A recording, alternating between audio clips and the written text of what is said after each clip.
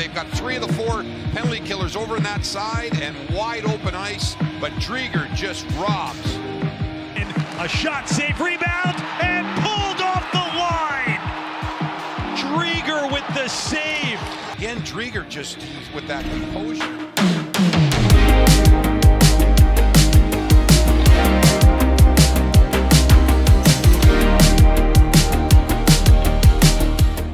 Well, hey everybody, we're back with another episode here on Help Me See, and I'm so excited as we continue in this idea of challenging limiting belief systems, hearing stories of people who are seeing what's possible and pushing past the familiar.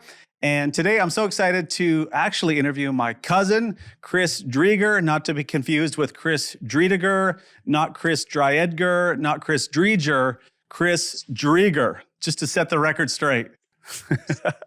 Thanks for having me, Justin. It's kind of cool. We got a couple Driedgers on this call. I love it.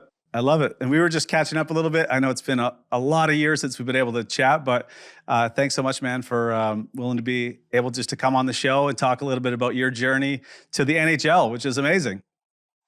Yeah, happy to be here and happy to chat about it. It's been a wild ride, but and still ongoing. And but yeah, 11 years into it, and it's taken me a lot of cool places. So looking forward to getting into it. That's awesome. I'd love to kind of take us back to maybe childhood for you, upbringing. I want to talk a little bit about what it was like for you growing up in Winnipeg and getting into the world of hockey and all of that. How did you kind of stumble into this world of hockey as a young person? Well, it's hard not to stumble into it growing up in Winnipeg, Manitoba. Yes. I mean, young kid in Canada, like, it's kind of freezing cold for seven months of the year. Yep. But it's funny, I got started. I would go to my friend's place for lunch. We'd walk over to his place and he played hockey. We were in like grade 1, I think. So I would have been 6 years old. And he would shoot on me. I had this old baseball glove and a goalie stick. Yeah. And he would just shoot on me at lunch. So that was like my first intro to hockey. I did that for a few lunch times, and I'm actually still friends with the guy today. Yeah, right. So it's kind of cool, like, to go full circle, like that. But yeah, I came home to my parents, Cindy and Kelly, and I was like, I want to play hockey. So they were like, all right, we're signing you up, and that was that. So I was 7. I think I had my first season. I was 7 years old. Couldn't really skate very well. Yeah. It's funny, I always tell people I wasn't really contributing offensively too much. So they put you in net.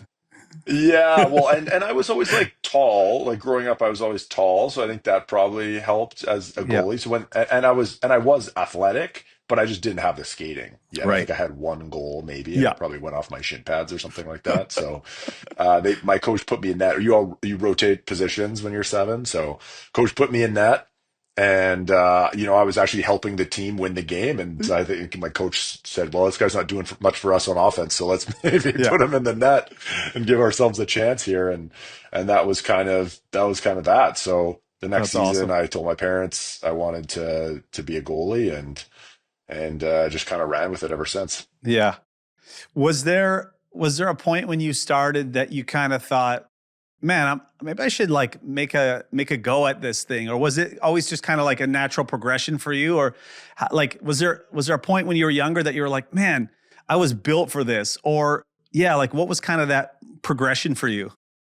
Yeah, I think it was a bit of both, to be honest. Okay. Like, obviously you're young and you look at the odds of making the NHL and they're not super great. So, and I was always a pretty realistic guy, but, I was always just really competitive and just tried to be like the best in my league or my age group or like, at one point I wanted to be the best in Manitoba, and there's a couple guys that were definitely better than me. So I was like always looking at them. I was like, okay, this guy, I got this, I got to work on this to get better. And so I was kind of always a little like short-term goals, but I do remember actually have a memory of like being in bed at my parents' old house, and I was like maybe 13 or 14 and I think like the WHL draft it was like my draft year or something. And I was playing pretty well. I was having a good year, and I was like, I remember specifically being like, I should like really dedicate myself to this because it's going pretty well and I really love it, and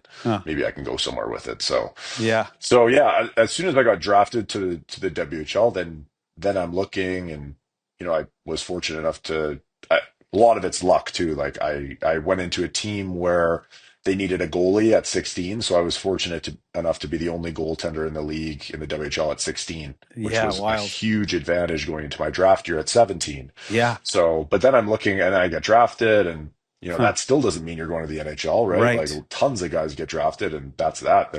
Hmm. You know, they're working different jobs when Yep. they go to school and do their thing. So, but I Wild. remember looking at like all of the top goalies in the WHL from like, a few years back, and looking at Braden Holtby, and I'm looking at Darcy Kemper, and these guys that are like kind of up there on the stats. And I'm like, well, this could potentially be me if I play my cards right. Yeah.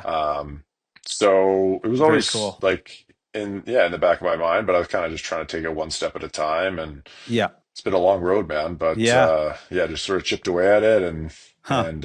it didn't really become real until I got drafted to the NHL. I was like, okay, like this, I could be an NHL player if I Right. am, Yeah. if I'm. So it was always kind of like loosely in the back of your mind, but then you had these kind of like intermediate goals. It was always like, okay, at least I could hit this next one, or at least I want to hit that next. I want to be the best in this area or this league or this province. And that kind of propelled you.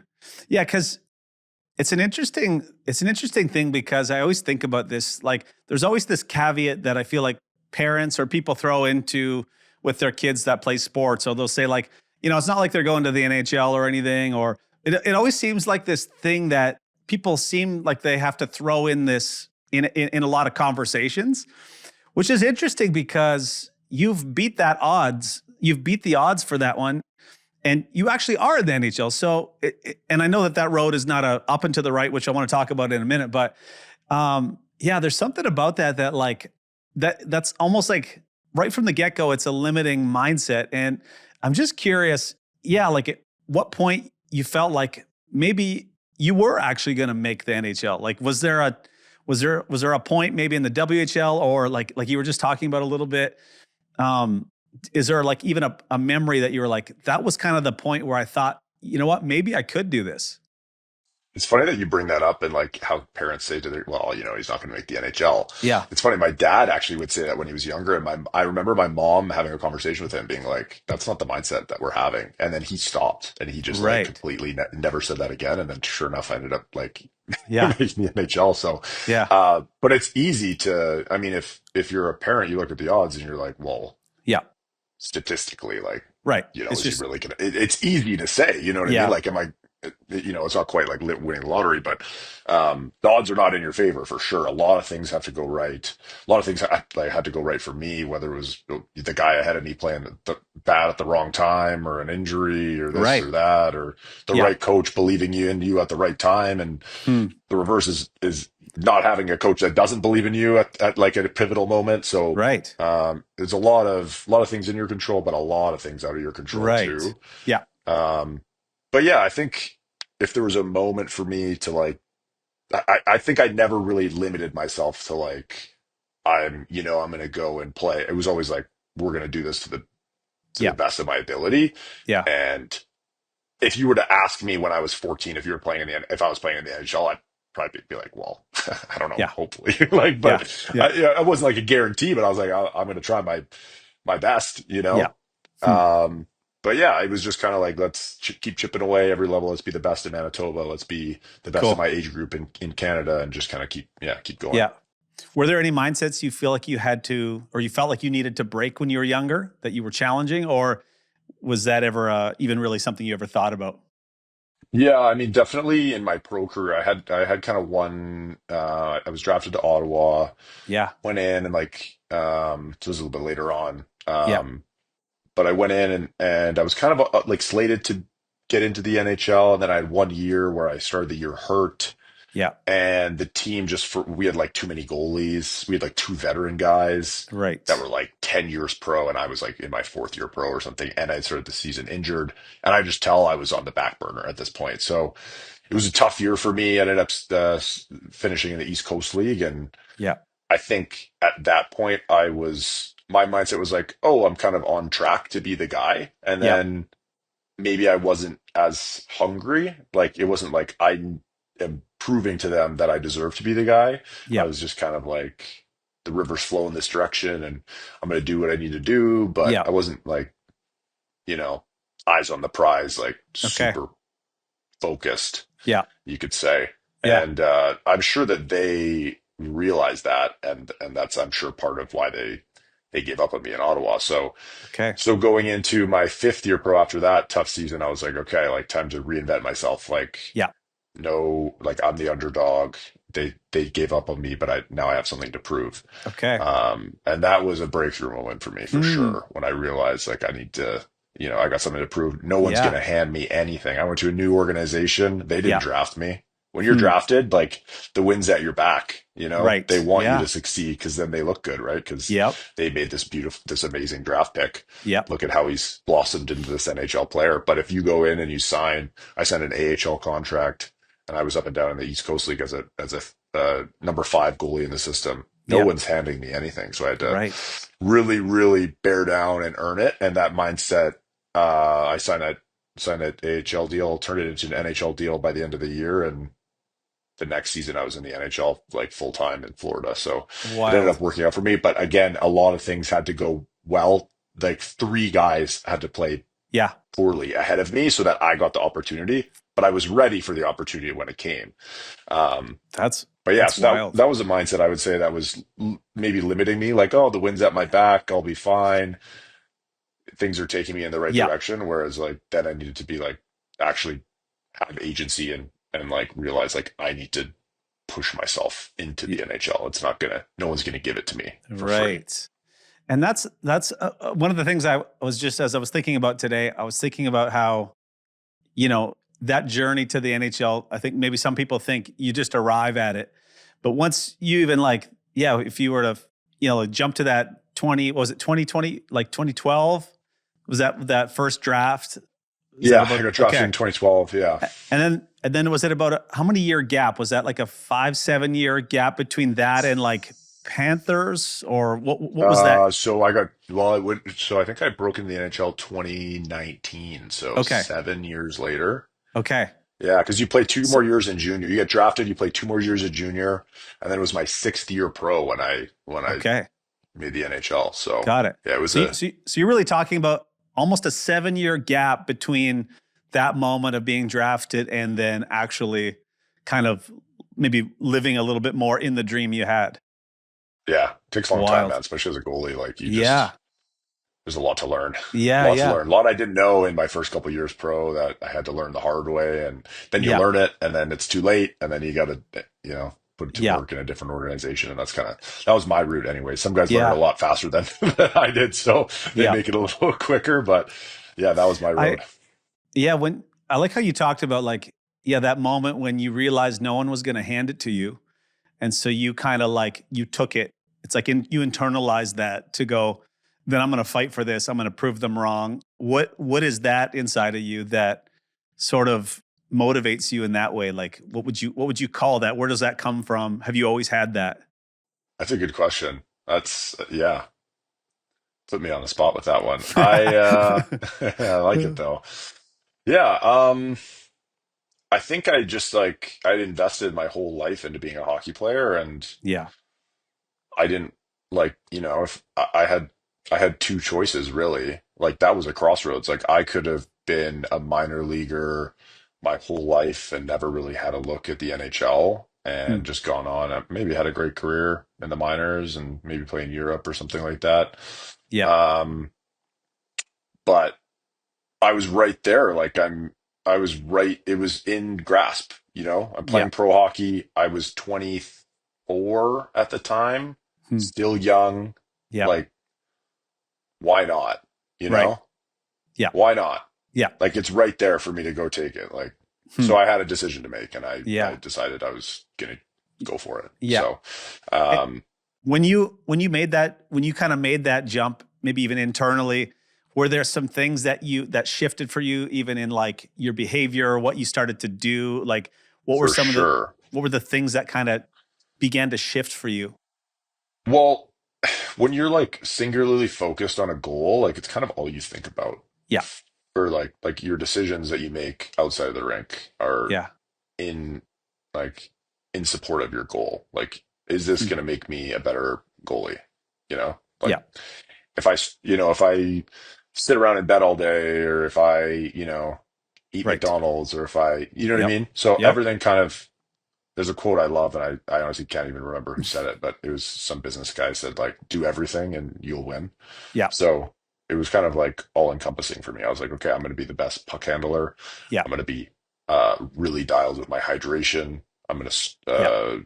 really focus on my off ice and make sure I'm Hmm. explosive and flexible and I'm Yeah. healthy. Work on my, make sure my groins are strong, my hips are good. And then on the ice, just I had good coaches too. Like, I just worked so Yeah. hard because Hmm. it was funny. I was like the number 5 guy in the organization. So I'd get called up to the American League and I'd be like the call Right. up. So when you're the backup goalie, Yeah. kind of like I am right now with the Jets, like, you have to work. Like, if Yeah. there's extra guys, like, you're in the net, and it doesn't, like, Hmm. anyone wants extra work, you're in there. Like, no, there's Yeah. no load management for, for the backup Yeah. goalie. You That's know what right. I mean? So I was out there before practice, and then I'm out there during practice, then I'm out there after practice, and just taking so many shots, Yeah. and Wild. yeah. So it's just kind of a all encompassing, like, let's do everything, Yeah. What was that? and What was that quote? What was that quote you just said do again? do everything, and you will win. Okay. I Yeah. really like that. I feel like, like you said, there's so much that's out of your control, but if you can put yourself in a position where you do everything in your power to lock in, whether it's, in your physical, your mental, your, your time management, all the things, it's like, that's how you put yourself in a position to win, to see possibility. I love that. Yeah. Yeah, I That's really awesome. needed to, like, want it. And Yeah. I really did want it at that point. Yeah. I see guys and you can kind of tell, like, do they want it? And Yeah. if you don't want it, it's not going to seep Right. into your outside of the rink life. And Yeah. other guys are going to want it more. And Yeah. I've seen guys want it more than me. And I'm like, fuck, Yeah. shoot, this guy wants it Yeah. more. So, Yeah. he goes and takes it. Right. But Which, that's kind of and what that it gives you more of boiled. almost a hunger. Yeah. Yeah. Yeah, exactly. That's, So, that's cool. that's Okay. kind of what it See, boiled down to for me. yeah. So you're with the Panthers. You do that you have to kind of track me through some of the years here. Cause I know you were Panthers. Then you were Yeah, over 2 years, okay, 2 years with the Panthers. Then Yeah. I signed a 3-year deal with Seattle. Played the first year there, and then went over to the World Championships. Tore my ACL. Missed Yes. basically my entire second year of Seattle. And Okay. then by the time I got healthy, I was back in the minors in Coachella Valley, and now Okay. I've kind of been on the outside, looking Yeah. in, trying to get myself back to the NHL. So it's been Yeah. it's been a lot of up down all around, man. Wild. Well, you're there again. We're rooting for you, man. Okay. Take me to 2022. I believe this is Team Canada playing Finland. Is it?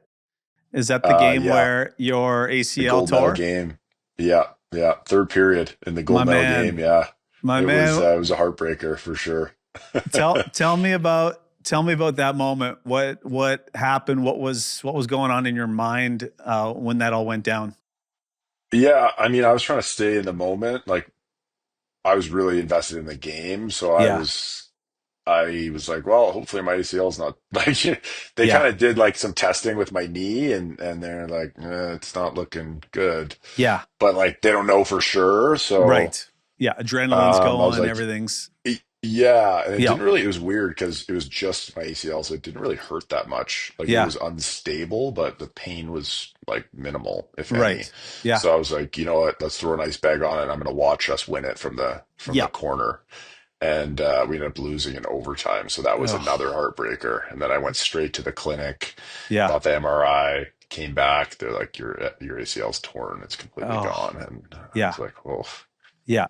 So that was tough. That was tough Yeah. because that was a difficult year. We were struggling in Seattle, and I kind of had to rebuild my game a little bit. Yeah. And I ended up finishing really strong. Went in, had a great world championships, and Yeah. I'm like, okay, we're back. And then to Yeah. get the injury was kind of just halted my momentum Yeah. a little bit. So it was difficult for sure, but I Yeah. tried to do what I could Yeah. and get back. But it's like it was a 9-month recovery, so it was kind of like, if you're gonna tear your ACL, like, at the very end of the season is like the Yeah. worst time you can do it, because then you Right. miss like the entire next season. Yeah. If you let's say, for instance, like my teammate Brandon Tanev tore his maybe November, December. So he missed the rest of that year, but then he was good for training camp, ready to go. So Okay. it's a little bit better of a situation, but Yeah. yeah, it was tough. It was tough. Yeah. It was a lot of off ice, a lot of recovery, and Yeah. just try to work What as hard as I could and get back. yeah. What goes on or what went on in your mind during that time? Because I mean, so much of your identity, I imagine you have wrapped up in this is what I do, this is who I am. Now you've had this injury, but like did you go to a dark place? Well, like what kind of went on in your headspace over that, like the course of those next few months? Yeah, it was. I was trying to stay positive. Like I was kind of in a fortunate position that I had 2 years left on my deal. So like if that's in a contract year and you're like, well, my future's kind of shot potentially, that would be a tougher pill to swallow for sure. I mean, it was still a tough pill to swallow, but I tried to stay positive and I was like, you know what? Hmm. Like I'm gonna do whatever I can and recover this thing and get back on the ice and play my ass off. So that was Yeah. that was my mindset the whole time. Um, Hmm. there was definitely times where it was hard to, get up and do the rehab, but Yeah. you got to, Yeah. So, um, Cool. so yeah, it was long, and there were some tough times, especially when the boys go on the road. Like it's really fun and rewarding to be a part of a team, obviously, like Right. playing for the team and contributing to the team. So like watching every game from the stands and not being able to contribute, and then the guys go on the road. Yeah. It's tough. You're kind of on the outside of it, so that was difficult. But yeah, I was just trying to work my way back and get myself back Yeah. to healthy. So that was kind of my primary focus during that time. It seems like you have a way of staying pretty level even through adversity.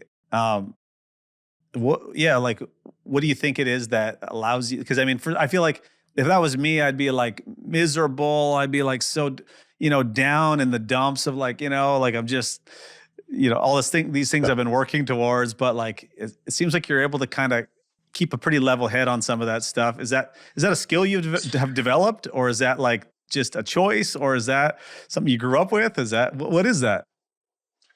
It's a good question. It'd be hard to put a pin on exactly what it is, whether it's like genetics or just Yeah. attitude or what. But Yeah. yeah, I don't know. I just never really thought it made sense to Yeah. like suffer on purpose, Right. like it's kind of a choice at the end of the day, right? Yeah. Like you can choose to, be sad and miserable about it. Yeah. And I think it's important to like feel your feelings too. Like, Hmm. it did suck. And like, there was a point where I'm like, oof, like what's the future hold for sure. And, Right. felt that, but then move on. And Yeah. I don't know, it's kind of your choice on how you attack every day. So I've never been a guy I try not to have bad days. Like, what's the Hmm. point, Like, Hmm. Yeah. but that's just me. So like, I mean, I love what I do. So it's pretty easy. I put in my equipment and go play hockey for a living. Like not a Yeah. lot of guys can say that. So I'm in a very fortunate place where I'm lucky and it's easy to be grateful for that. Yeah. I like that. So I don't know. Yeah. I Zoom like out and that. like, I'm hurt, but I'm playing hockey for a living. Like, Yeah. could be a lot It could worse. be a lot worse. It's so true. I love that choice. Like I like it, like you said, like it's a choice that you made, and you could choose, yeah, to wallow in it or whatever, or just to move forward. And I love that you kind of, yeah, you said I'm just gonna dig in and do what I can. Um, Just, okay, so just made sense. yeah. And was this the same year that you also got involved with this documentary that's been all over my social media feeds? Is Are that you the getting same? are you getting the reels of the Yes. of the old Pro Beach hockey footage? Yes, I I've hope been like, so. it's like the last couple of weeks, all of a sudden my whole feed is Pro Beach Hockey. Chris Driedger has produced this. And I'm like, how did I never hear about this? Oh, that's awesome. I'm glad our socials are making their rounds because yeah, it's yeah, it was a kind of a wild story, but yeah, this was exactly when this was going on. So I had a teammate in Ottawa. His name's Okay. Max McCormick. We were drafted to Ottawa together, and then he ended up signing in Seattle the same year I signed in Seattle, and he was kind of up and down with us. between the American League and the NHL, but he got called up once in like, I think it was like November, like early in the year. Yeah. And I was like, and I'd seen him for a while. So I'm like, Maxie, let's go for brunch. And it was an off day. So he's like, Yeah. perfect. So I'm like, what do you got going on? We'd always talked about, he's got like, he's pretty business focused. So like I had some rental properties in Winnipeg. He had some, and he's from Green Bay, Wisconsin. So we'd always Okay. kind of talk about stuff like business stuff outside of hockey. So I was like, Sure. what do you got going on? It's been like 3 or 4 years since I've seen you. You got to have something, brewing Yeah. up. And he's like, well, he's like, this guy I went to school with, awesome guy. He's a director for the MLB. He's got this like documentary, and it was during COVID too. Like everything was still Right. kind of shut down. Yep.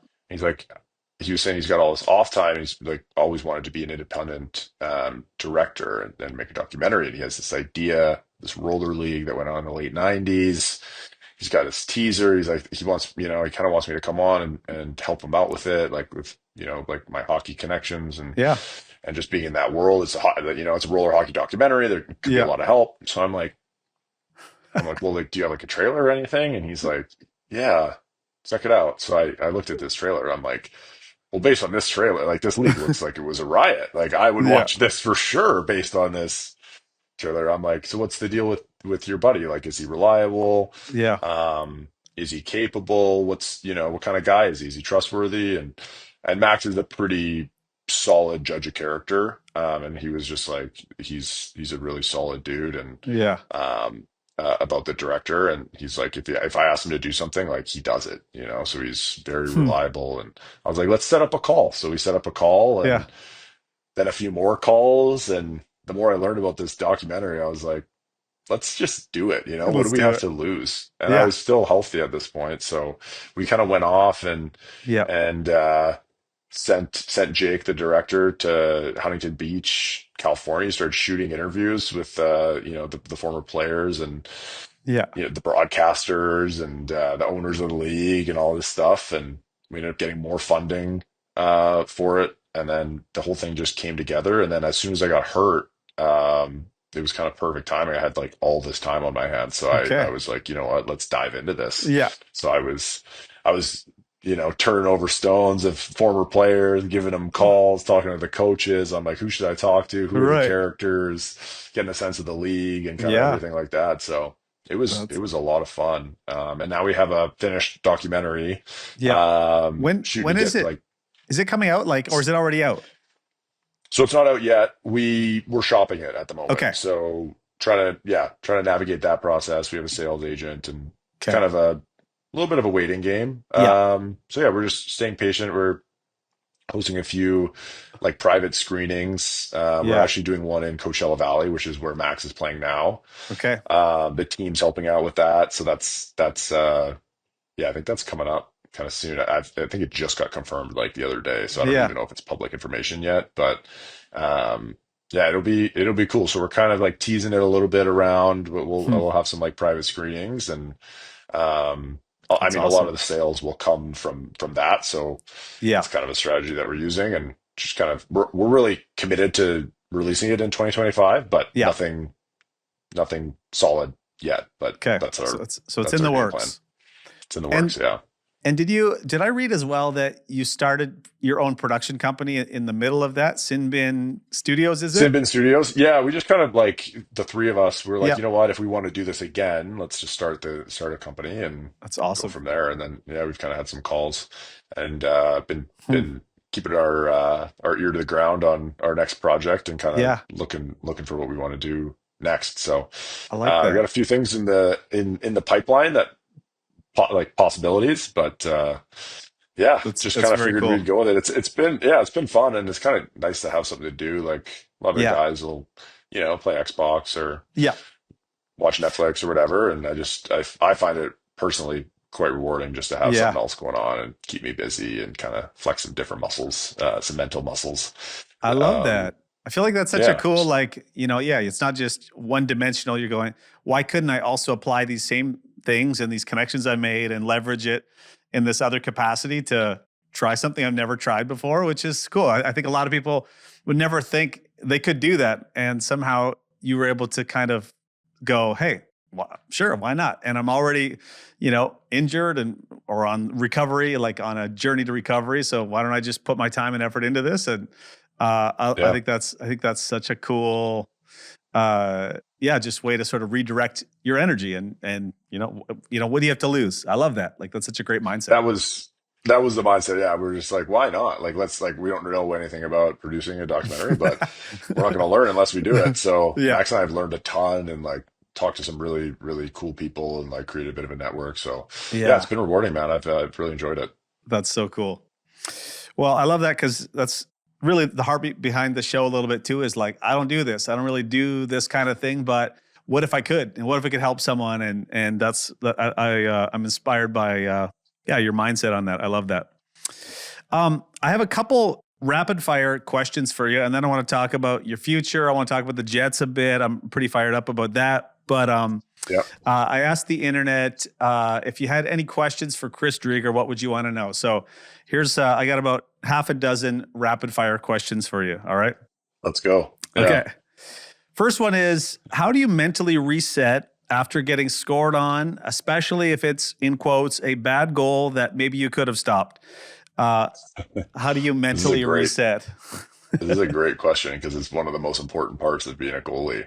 Okay. You can't let it affect you. And don't get me wrong, sometimes I'll let one in and I'm like, come on, Dreegs, like you should have had that one, but you just like release it right away. It happened, and review it's funny. I had a sports psychologist that kind of has like a process for it. It's called the 5 R's, and I'm going to put myself to the test here to see if I can remember what they are. Can you remember them? It's the first one's release for sure. So you just accept that it happened. Okay. Release, review. So you review the goal, like I was off center a little bit. Right. I got flat. BB low glove. I was a little slow. Didn't have my eyes on it. Whatever it is. Yeah. Release. I think the second one's actually relax. Yeah. Release, relax. So you're like take a deep, like exhale kind of thing. Yeah. Review, and then regroup and refocus, which are kind of the same thing. But you just kind of are like, all right, here we go. Let's get back. Next shot. And it's just like next shot mentality. And you just forget about it. You got to have a short memory to be a goalie. If you've got a long memory and you dwell on things in the past, it's probably going to be a hard ride for you. Got it. So you just kind of have to let them go. Yeah. Happened, review, let it go, move on. Yeah. Move on. That's great. I also love that you call yourself Dreegs because I do that too. That's great. Come on, Dreegs. Pull it together. Dial it in here. Yeah. Let's go. Figure it out, man. Let's go. Okay. Next question is, which shooter or shooters in the league are the hardest to stop? Probably, I remember the first time Austin Matthews came down on me. Normally you see the puck and you're like, okay, it's coming from this spot. Yeah. Like the way he handles, like the puck could come from it could be like his wheelhouse is so big that you're just like, you don't know where it's getting released from. So that's tough as a goalie. Matthews, and then I would say Ovi's also pretty good. Okay. He scored at least one on me. Yeah. Ovi from his office. So there's a long list of goalies that he scored on, and I'm fortunate to be on that list. Yes. He's not a bad player. He may have several points. No. I think he had 8 shots. I think he had 8 shots that game. So so he did pretty good. Shots. One of them's going to go. One of them's going to go in probably. Yeah, exactly. Next question. Do you prepare differently? So this is mentally or physically, etc., for certain teams? No. Okay. No. I do the same thing. Yeah. Yeah. I find you just got to keep consistency, and it shouldn't matter who you play. You could be playing, the Tampa Bay Lightning when they're at their best, or you could be playing, the Chicago Blackhawks this year who can barely win a game, but you got to give it your all no matter what. So I think you go keep it consistent no matter what. Yeah. Okay. Next question. Any superstitions? I like to call them routines rather than superstitions. Okay. I think when you switch it over to the routine mindset, if something doesn't happen, then it's not the end of the world. But if there's a superstition and you miss out on it, then all of a sudden there's a little bit of anxiety and panic. So I think routines are super helpful. going through the same thing every day, like every game day, really builds familiarity and like Yeah. makes things easy, and you're not making decisions, so that Yeah. when you get on the ice, you're fresh mentally. Hmm. Obviously, like the best players in the world have like very, very exact routines. Yeah. It's what they do, like Crosby, Vasilevsky, Hellebuck here in Winnipeg is, Yeah. he's pretty dialed too. Yeah. But yeah, so I think we call them routines. Routines. Okay. I try to stay away from the superstitions. Yeah. Routines are in your control. Superstitions are outside of your control. Yeah. Okay, that's good. This one's similar to actually what you're talking about with the R's. This person says, I've heard it said that goaltending in the NHL is 90% mental. So routine, resetting, research. How do you tend to your mind? Mm. Good question. I mean, I used to do a lot of like meditating. I kind of been off of it lately, but Yeah. yeah, it's a good habit. I should honestly get back on it. Okay. But it There you was go. great. Like just like just be peaceful. Yeah. Being peaceful helps a lot. And Cool. but yeah, it's there's a lot of mental talk that goes on, and you Yeah. just kind of like need to go through the reps of playing a lot of games and like developing those skills to figure out what you need to tell yourself in order to play your best. Yeah. I find like one example would be if I let a goal in, um, like I'll kind of get like, okay, you got one, but like that's it. You That's know what I it. mean? Yeah. Like, well, I got news for you. Like that's, Yeah. that's all you're getting, kind of thing. And then Yeah. even if I let in another one, it's like, okay, well, like you got lucky there. Like, well, you know what I mean? You kind of have these Yeah. stories you build in order to like motivate yourself. Um, That's and awesome. those just kind of develop over time as Yeah. you kind of get reps and just play more games. That's so good. All right. Well, so I want to come full circle. Obviously, you're back in Winnipeg. You're with the Jets, which is, I feel like, is very nostalgic for me because and probably for you as well. We grew up with that when they were there, when they left, when they came back, and what a cool moment. What are you most kind of excited about as you look forward to this new season? What are you kind of anticipating as you sort of begin this next chapter? Yeah, I mean it's funny getting traded like at the deadline because the season's pretty much done, right? Like we have a Yeah. few more weeks left and hopefully a long playoff run here. Definitely got the team to do it in Winnipeg. So Yeah. but yeah, I think it's just cool to be back in your hometown. It's kind of unfortunate, like my generation, like my age group specifically, like I'm Right. too young to remember the old Jets, and then I Okay. was gone to play junior when they came back. So like my childhood didn't really have the Jets. I obviously like heard about the Jets and knew Yeah. about the Jets, and I went to a bunch of Moose games and stuff like that.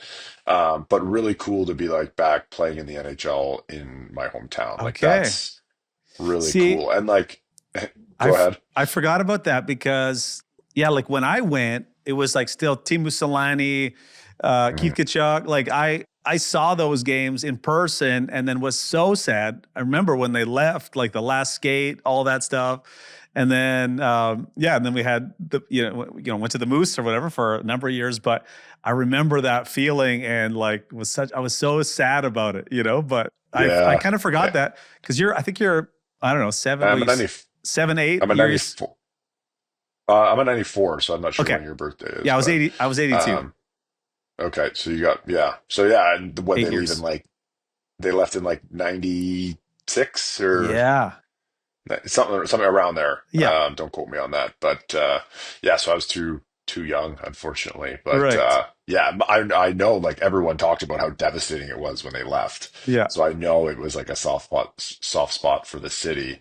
And I remember I had a gym teacher that was like in like the biggest Jets fan of all time, and he Yeah. would still wear like Jets gear like every Right. day to to gym class. So like it was still alive. Like the Jets buzz was still alive and well in the city. Yeah. And then when they came back, like everyone was so fired up about it. Yeah. So It's so true. that's really cool. But I think it's cool too. Like I remember being a kid and looking at like these NHL players and like being like, whoa, Yeah. like how cool. I remember like Jerome McGinley once, like I got a signature from Jerome after a game in Calgary, and I was just like, Yeah. So cool. over the moon about it. So like to Yeah. be in a position where I'm like, okay, like I'm seeing these kids in the stands. Hmm. like that was me one day. Like that's Yeah.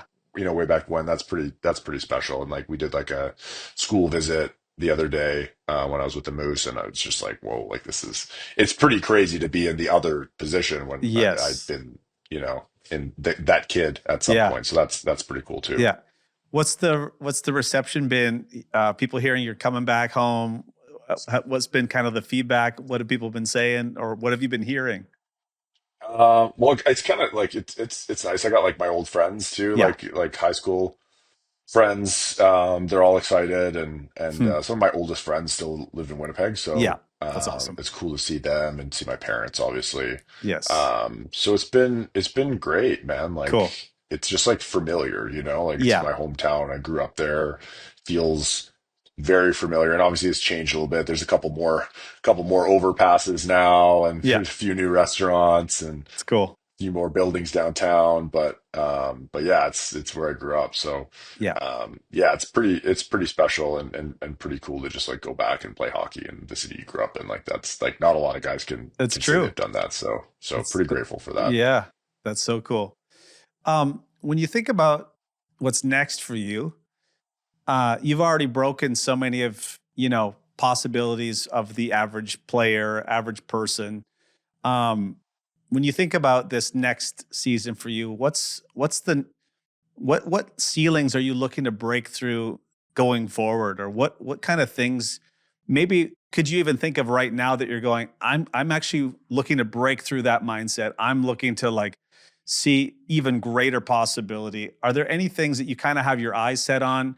I know you talked a little bit about even like the next thing was always like those goalies that were in your league that you're like, oh, I just want to be as good as them. What's kind of the next, do you think, for you? What do you have your eyes set on? Well, yeah. So right now, being like the number three I was the number three in Florida, now in Winnipeg as well. Like having been Yeah. in the NHL, it's like now I'm kind of on the outside looking back in, and I'm 30 now, turning 31. Yeah. So I still have good hockey left, but it's tough. Like I don't want to I don't want to have peaked. I was playing really well, then I Yeah. get hurt. And now I'm back in the minors. So, it's definitely like, Hmm. I have to prove it again. Yeah. I'm in this situation again where no one's just going to give me a job in the NHL. Like Yeah. those are pretty hard to come by. So Hmm. there's a lot of really good goalies out there. So, Yeah. yeah, it's just for me, like, let's get back there. Hmm.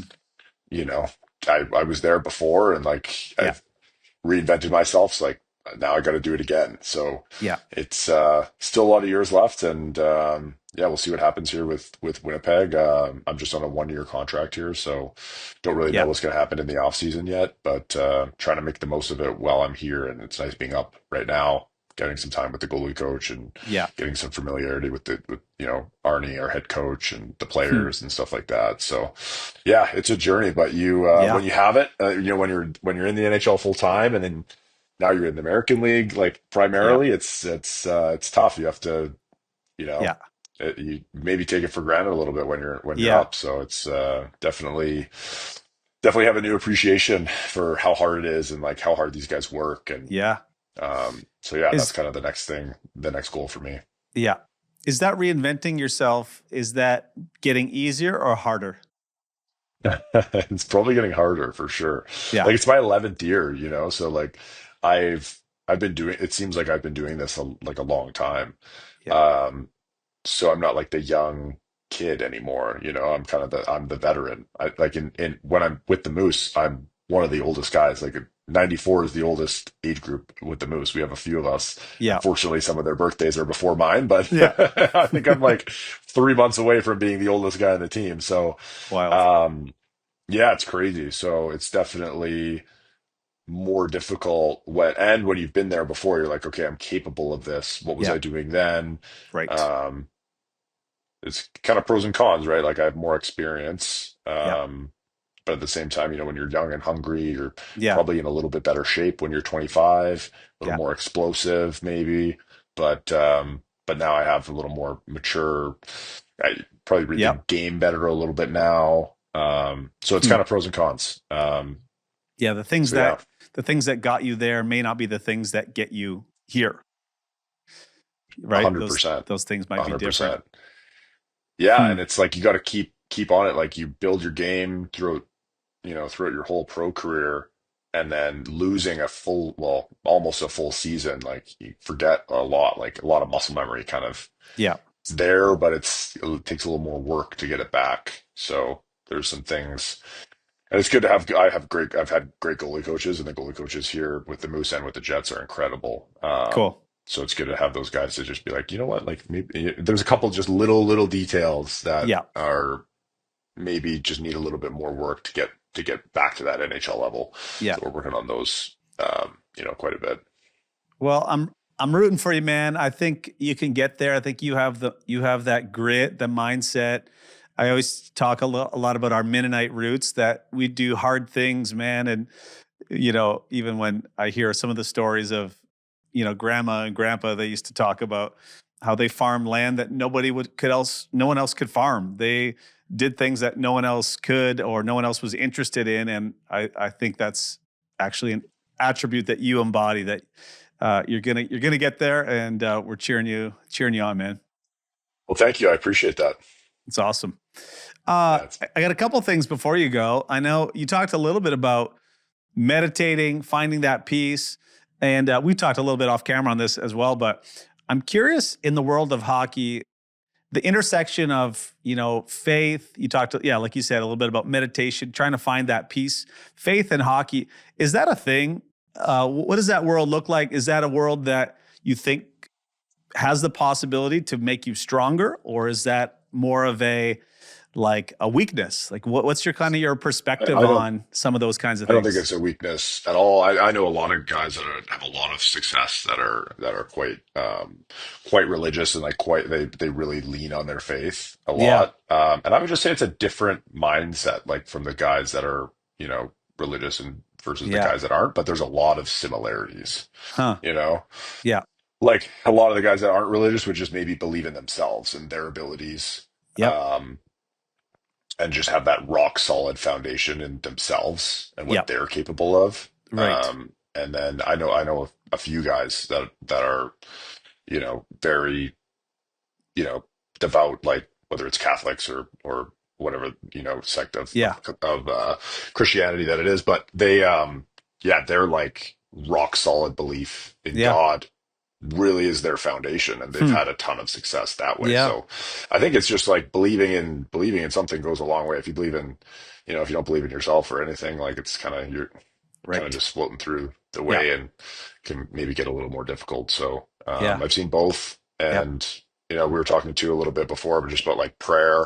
There's a lot of similarities to just like Hmm. telling yourself, like Yep. for me, for instance, like I'll be like, okay, like I'll positively talk and Yeah. have goals, set goals. These are the things I want to do. This is how I'm going to get there. Yep. Prayer is kind of the exact same thing, right? Like you Hmm. are talking about the things that you want, makes you think about them more, kind Yeah. of like do everything and you will win. If you Yep. think about them and you say them out loud, I think there's a lot to that. You really believe that you're going to do them, and Yeah. it goes a long way. So yeah, Yeah. it's cool to There's. see. And yeah, I've seen a lot of guys like have some really heavy faith, Hmm. based like belief systems and like have tons of success. Yeah.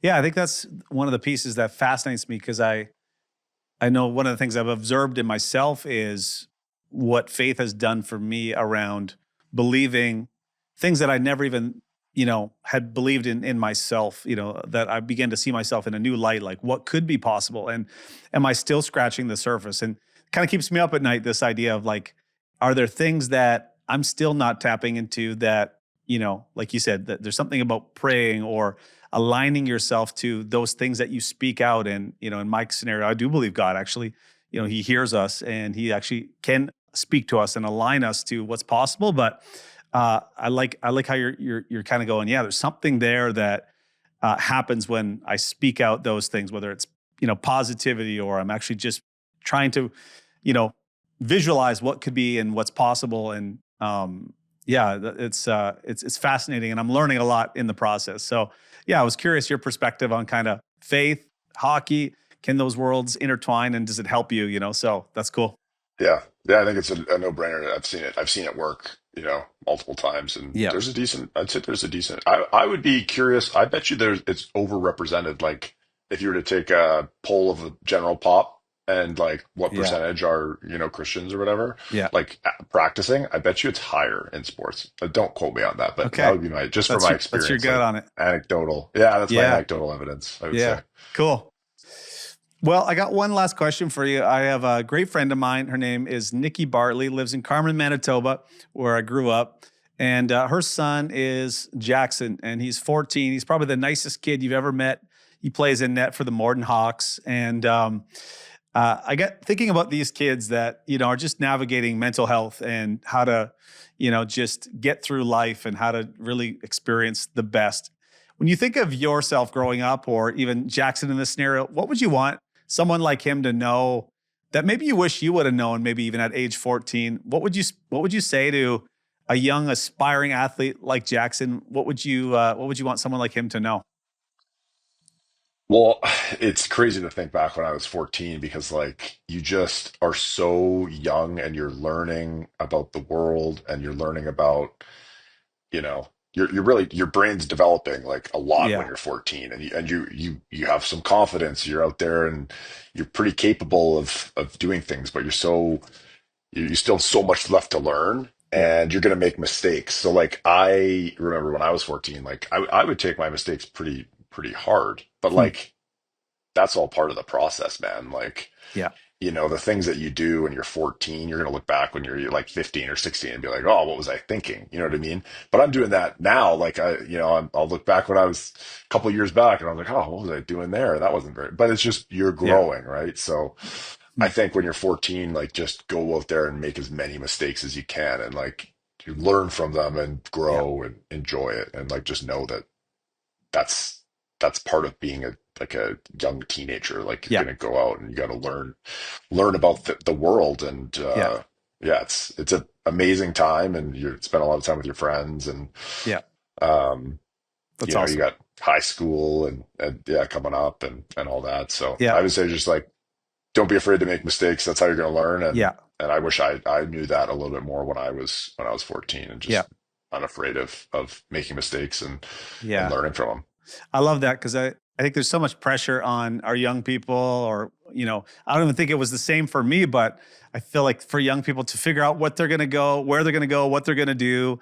And, at age even 14. So I love that. Go have fun, try lots of stuff, make a lot of mistakes because you're trying to be your best version of yourself. And that's great advice. That's awesome. Yeah. Yeah. Thank you. Yeah. No, I firmly believe it. It's kind of like it kind of goes full circle with this documentary thing. Like, how am I Yes. going to know if I like it if I don't try it? So Yeah. yeah, that's That's the advice I awesome. give my 14-year-old self for sure. That's so good. Well, thanks so much, Chris, for chatting. I know that somebody's going to be watching and they're going to be just encouraged and challenged to try things that they've never done before and to push past the familiar. So just want to thank you so much for taking some time to just even encourage one person to, challenge their own limiting belief systems and to push past the familiar. So I know people are going to be encouraged. Thanks so much. This has been great, and thanks for giving the lesson on how to say our last name. I know you gave about 3 or 4 examples of how not to say it, and I've heard about maybe 9 or 10 on how not to say it on the broadcast over the years. So this is good. You're spreading the good Yeah. word of how to I'm pronounce spreading the Driedger. good word of Driedger, people. I know it's Hard hard. G, Driedger. silent D. I don't know who decided Yeah, we had a silent D, I know. but that's the way it is. That's awesome, man. Thanks again. Well, thank you. This has been great. Hey, thanks so much for watching. And if you like this video and want to see more like it, just hit that subscribe button, leave a comment, or you can follow me on Instagram at jdrieger. And if you have a question, or if there's someone you would like to be featured on the show, shoot me an email at hello@helpmesee.ca. And together, let's keep challenging limiting belief systems, choosing to see possibility, and pushing past the familiar. This is the Help Me See Show.